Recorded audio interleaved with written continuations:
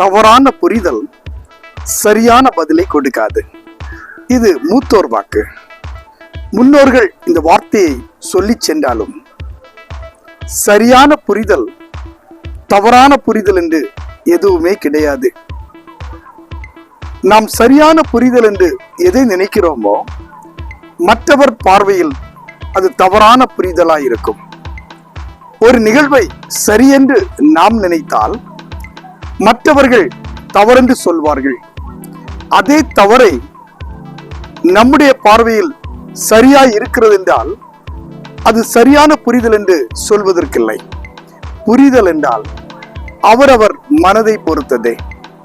நம்முடைய பார்வைக்கு எது நல்லதென்று தெரிகிறதோ மற்றவர்களுக்கு அது கெடுதலாய் இருக்கும். அவர்களுக்கு கெடுதலாய் இருப்பது நமக்கு சரியாய் இருப்பதனால் இதுதான் சரி என்று நாம் சொல்ல முடியாது. சரியான புரிதலும் தவறான புரிதலும் நம்முடைய மனதை சார்ந்தது, மனசாட்சியை சார்ந்தது. நம்முடைய மனம் எது நல்லதென்று சொல்லுகிறதோ அதை நாம் சரியான புரிதல் என்று சொல்லுகிறோம். அது மற்றவர்களுக்கு நல்லது அல்ல என்று இருக்கும். ஆகவே அவர்கள் தவறாய் புரிந்து விட்டார்கள் என்று நாம் சொல்ல முடியாது. அதுவும் அவர்களுடைய மனதை சார்ந்தது. சரியோ தவறோ மற்றவர்களுக்கு கெடுதல் இல்லாதபடி நாம் எதை செய்கிறோமோ அதுதான் உண்மையான புரிதல் அல்லது சரியான புரிதல்.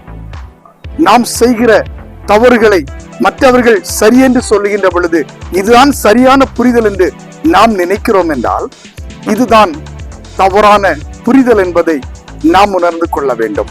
ஆகவே முன்னோர் சொல்லிவிட்டு சென்றிருக்கின்ற தவறான புரிதல் சரியான பதிலை கொடுக்காது என்பது தவறான கருத்து என்பதே என்னுடைய பார்வை.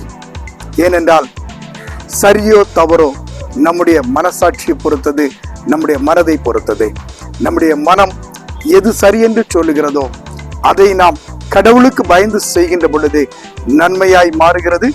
மற்றவர்களுடைய மனம் புண்படாதபடி நாம் எதை செய்தாலும் அதுதான் சரியான புரிதல். மற்றவர் நலனுக்காய் வாழ்வோம். ஆண்டவர் அனைவரையும் ஆசீர்வதிப்பார். நன்றி.